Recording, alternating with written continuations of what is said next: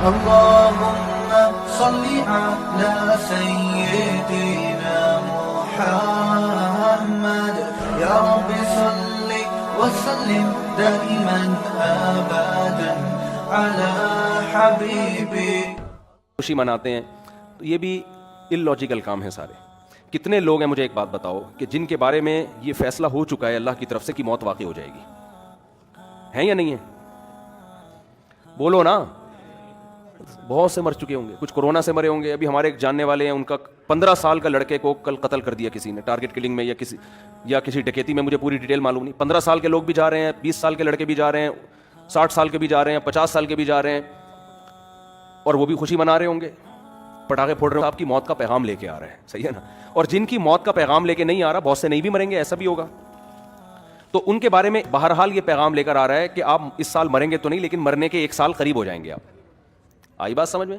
جب رات 12 بجیں گے تو اس کا مطلب سیدھا سیدھا یہ ہے کہ اگر کوئی 60 سال کی زندگی لے کر آیا تھا تو اس کی, اور وہ 40 سال کا ہو گیا ہے, تو اس کی زندگی میں 1 سال مزید کم ہو گیا ہے.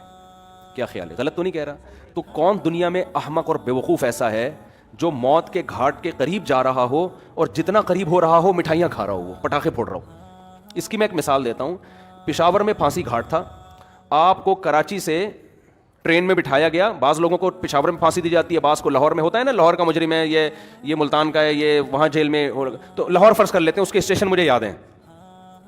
پشاور تو ہم اکثر بس سے یا جہاز, اکثر تو جہاز سے ہی جانا ہوتا ہے نا, تو وہ اسٹیشن یاد نہیں رہتے. لاہور آدمی ٹرین میں بھی چلا جاتا تو وہ سمجھانا آسان ہوگا. لاہور کے جیل میں آپ کو پھانسی دی جانی ہے. پھانسی کے بعد کیا ہوگا؟ آپ مر جاؤ گے, یہی ہوگا نا. اب یہاں لے کے جا رہے ہیں آپ کو, کراچی میں بٹھایا آپ, اور پہنچنا کہاں ہے؟ آپ نے, آپ کو بتایا کہ جیسے ہی لاہور میں آپ اتریں گے سیدھا پھانسی گھاٹ میں جا کے آپ کو ہینگ کر دیا جائے گا, لٹکا دیا جائے گا, اور آپ کا انا للہ ہو جائے گا. لیکن ابھی نہیں لٹکا رہے, ٹھیک ہے. تو آپ خوش ہیں کہ یار ابھی الحمدللہ میں بچا ہوا ہوں, لیکن لاہور پہنچتے ہی لٹکا دیا جاؤں. اب ٹرین یہاں سے چلنا شروع ہوئی, حیدرآباد پہنچی. آپ کو بتایا کہ درمیان میں 6 اسٹیشن آئیں گے. کتنے اسٹیشن آئیں گے؟ 6 اسٹیشن آئیں گے. جہاں ٹرین رکے گی وہاں چائے پانی کا انتظام ہوگا. اب پہلا اسٹیشن آیا حیدرآباد, آپ مٹھائی بانٹ رہے ہو, پہلا اسٹیشن آ گیا بھائی, مبارک ہو. پہلے سے ٹھا ٹھا ٹھا ٹھا پہلا اسٹیشن. بتایا ہر 2 گھنٹے بعد ٹرین رکے گی, یا ہر 3 6 یا 18 گھنٹے, کم سے کم 18 گھنٹے آج کل لگتے ہیں, 6 یا 18 گھنٹے.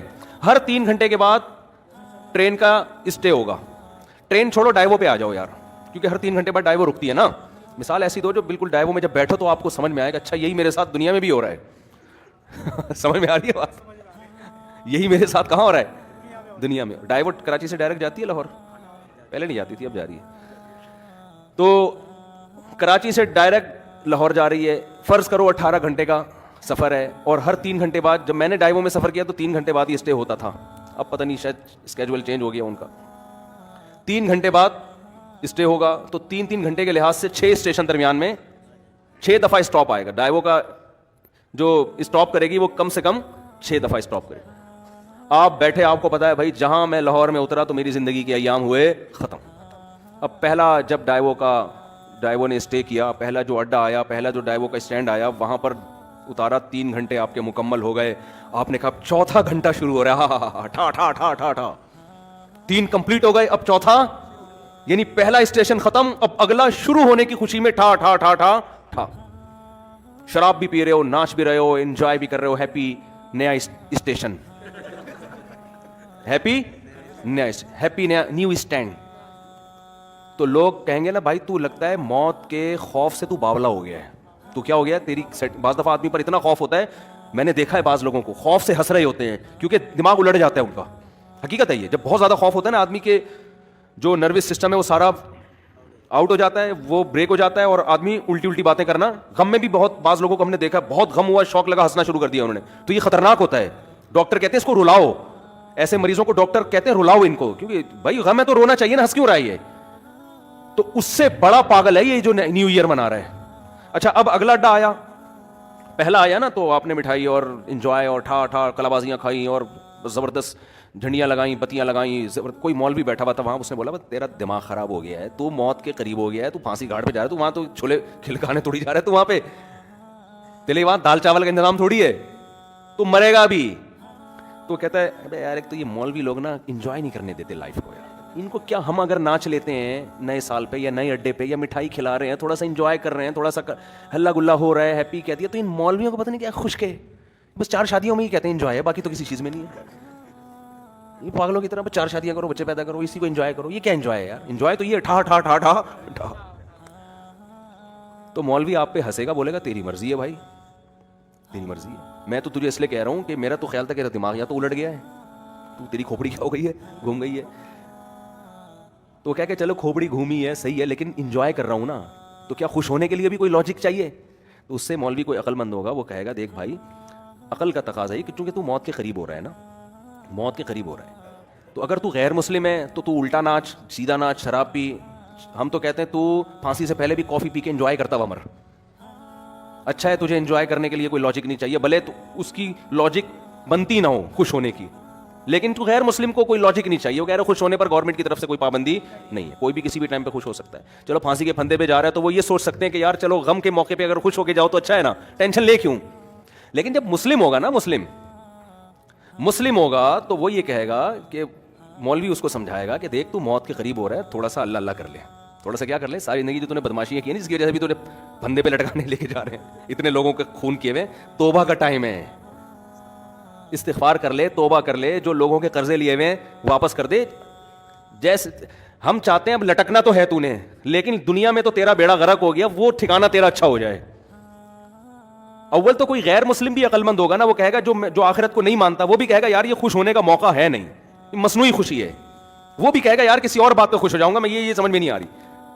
لیکن مسلمان کا تو کوئی تک بنتا ہی نہیں ہے.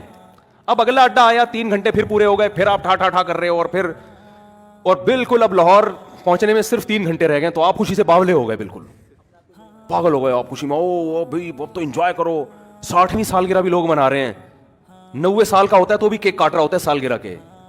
تو بالکل یہی کام ہو رہا ہے کہ آپ جو ٹائم لے کر آئے تھے قبر کے آپ قریب ہوتے جا رہے ہیں. ہر سال یہ ایک ڈائیو کے اڈے کی طرح ایک اڈا ہے, ہر سال ختم. کسی کے بارے میں اللہ نے لکھا ہوا ہے 2030 میں مرے گا, کسی کے بارے میں لکھا ہوا ہے 2035 میں مرے گا, کسی کے بارے میں لکھا ہوا ہے کہ 2040 میں.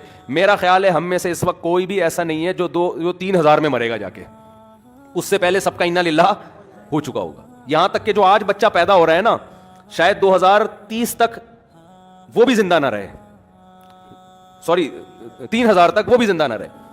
تو اب جیسے جیسے آپ کا یہ اسٹیشن ختم ہو رہا ہے تو آپ موت کے قریب ہوتے چلے جا رہے ہیں. ہمارے حضرت مفتی رشید احمد صاحب رحمۃ اللہ علیہ, وہ جب سال تبدیل ہوتا ہے نا, وہ تو اسلامی تاریخیں لکھتے تھے, تو جیسے 1417 ہجری ختم, 1418 لکھنا ہے, تو فرماتے میرا قلم لرز جاتا ہے لکھتے ہوئے, میرا قلم لرز جاتا ہے, ہاتھ لرز جاتا ہے.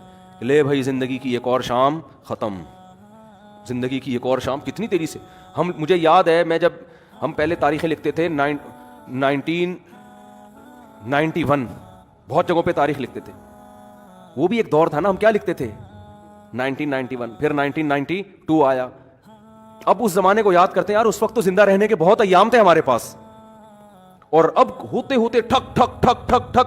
اور میں کل بیٹھا ہوا سوچ رہا تھا کہ کتنے ہمارے عزیز ہیں جو 1991 میں زندہ تھے, ہم ان کے بارے میں یہ سوچ بھی نہیں سکتے تھے یہ دنیا سے جائیں گے, اور آج وہ دنیا میں نہیں ہے. جس میں سب سے پہلے میرے والدین ہیں. میں تو اپنے والد کا تصور ہی نہیں کرتا تھا کہ یہ دنیا سے, انسان کو جس سے محبت ہوتی ہے وہ اس کے بارے میں فرض نہیں کرتا کہ یہ دنیا سے جائیں گے. ہماری دادی دنیا سے چلی گئی, ہمارے والد چلے گئے. 91 میں تو ہمارا گھر, ہم جوائنٹ فیملی میں رہتے تھے ماشاءاللہ, ہماری دادی بھی, والد بھی, والدہ بھی, بھائی بہنیں, ان کی بیویاں, سب اکٹھے رہتے تھے, سب اکٹھے. ہمیں کبھی بھی نہیں تھا کہ یہ گھر کبھی ویران بھی ہوگا. کبھی ہم 50 سال ہمارا وہ گھر رہا ہے, میرے والد صاحب نے وہ جب خریدا تھا 50 سال رہے ہیں اس میں, ہم کبھی تصور نہیں کر سکتے تھے. پھر رشتے دار آتے تھے, سب جوائنٹ فیملی تھی, اکٹھے ایک دسترخوان پہ بسا اوقات کھانا کھاتے تھے بیٹھ کے. ایسا ویران ہوا ہے, اب میں جاتا ہوں تو دیواریں کھا رہی ہیں, کچھ بھی نہیں ہے وہاں پہ. سب سے پہلے دادی کا جنازہ اٹھا, پھر والد صاحب کا انتقال ہوا, پھر والدہ کا انتقال ہوا, پھر ہمشیرہ کا انتقال ہوا, ایک ایک کر کے لاشیں نکلنا شروع. تو ختم, فنش. جو تصور نہیں تھا, میں نے وہاں اس گھر میں 40 سال گزارے ہیں اپنی زندگی کے, 40 سال, ختم, ویران. تو بھائی یہ اسی وجہ سے ویران ہوا کہ 91 کے بعد 92 آیا, پھر 93 آیا, پھر 94 آیا, پھر 95 آیا. اللہ نے لکھا ہوا تھا میرے والد صاحب کے بارے میں کہ 98 میں ان کا انتقال ہو جائے گا. والدہ کے بارے میں لکھا ہوا تھا کہ فلاں سن میں ان کا انتقال ہوگا. ہوتے ہوتے کل میں اپنے بچوں کو لے کے کل ہی کی بات ہے, تو میں اپنے واقعات سنا رہا تھا نا بچوں کو اپنے والد صاحب کے, کہ اور والدہ کے تو خیر کیسے جو والدین انسان کے ساتھ محبت سے رہتے ہیں, کیسے جو ہے وہ مائیں روٹیاں پکا پکا کے زندگی بھر کھلاتی ہیں, کیا ایک محبتیں ملتی ہیں نا, کیسے ختم ہوتے ہیں دنیا سے, ایسا نام و نشان مٹتا ہے کہ جیسے کبھی تھے ہی نہیں. ہماری زندگی میں سب سے مؤثر کردار ہمارے والدین کا ہوتا ہے. بچہ ماں سے کیسے چپکا رہتا ہے, وہ کبھی تصور کر سکتا ہے کہ اس کو بھی میں کبھی قبر میں اتاروں گا, کبھی تصور ہوتا ہے اس کا؟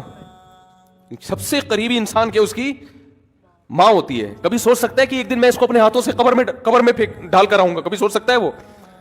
اتنے بڑے بڑے انسان کی زندگی میں سب سے بڑا حادثہ اس کے ماں باپ کا دنیا سے جانا ہے, سب سے بڑا حادثہ. تو میں کل بچوں کو لے کے بیٹھا ہوا نا, باتیں کر رہا تھا ان سے, تو بچے بھی اپنے ماں باپ کے بارے میں سمجھ رہے ہوتے ہیں یہ دنیا سے نہیں جائیں گے. تو میرا چھوٹا سا بیٹا ہے, میں اس بیٹے کو سمجھا رہا تھا, دیکھو ایک جیسے میں اس کو سمجھا رہا تھا کہ دیکھو جیسے آج میں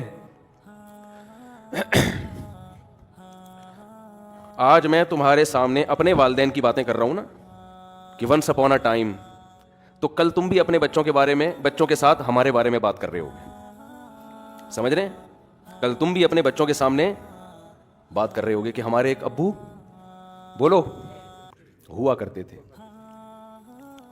جن کو شادیوں کا بہت شوق تھا. تھوڑے جذباتی ہو رہے ہیں نا, تھوڑا میں وہ چینج کروں نا. جن کو کیا بہت شوق تھا, یہ ان بچوں سے میں نے نہیں کہا جن کو شادی ہوئی, آپ کو میں کہہ رہا ہوں. تو میں بچوں کو سمجھا رہا تھا کہ آپ بھی ایک وقت آئے گا باتیں کیا کرو گے, ہمارے بھی ایک ابو ہوتے تھے, ممبر پہ بیٹھ کے بیان کیا کرتے تھے. سمجھتے ہیں کہ نہیں سمجھتے؟ یہ ہوگا ایسا.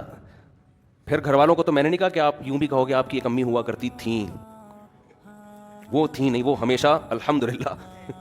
خواتین کو اگر آپ یہ کہہ دو نا کہ آپ نے بھی قبر میں جانا ہے تو وہ ڈر جاتی ہیں, ٹھیک ہے نا.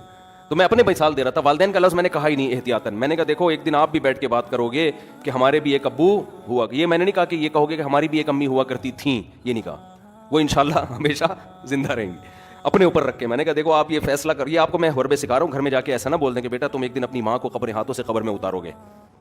اگر آپ نے یہ الفاظ کہہ دیا تو پھر خود ذمہ دار ہیں آپ. ہمیشہ اپنی مثال دیا کریں کہ بیٹا ایک دن میں قبر میں اتروں گا. تو ان کو میں سمجھا رہا تھا کہ دیکھو بیٹا ایک دن آپ بھی اپنے بچوں کے سامنے بیٹھ کے, اگر ہم نے بر وقت شادیاں کر دیں, جو آج کل شادیوں کا معمول چل رہا ہے, تو اپنے بچوں کے سامنے یہ باتیں کرنے کی نوبت آئے گی نہیں, کیونکہ بچے اتنا لیٹ پیدا ہوں گے, ابا کے مرے ہوئے کئی سال گزر چکے ہوں گے, اور چھوٹے چھوٹے گود میں لے کے آپ بچے پال رہے ہوگے. آپ انتظار کرو گے کب بچے بڑے ہوں ان کو یہ بات سمجھائیں, اور ہو سکتا ہے ان کے بڑے ہونے سے پہلے آپ کا انا اللہ ہو چکا ہو. یہ دیر سے شادی کا نقصان ہے. سمجھتے ہو کہ نہیں سمجھتے؟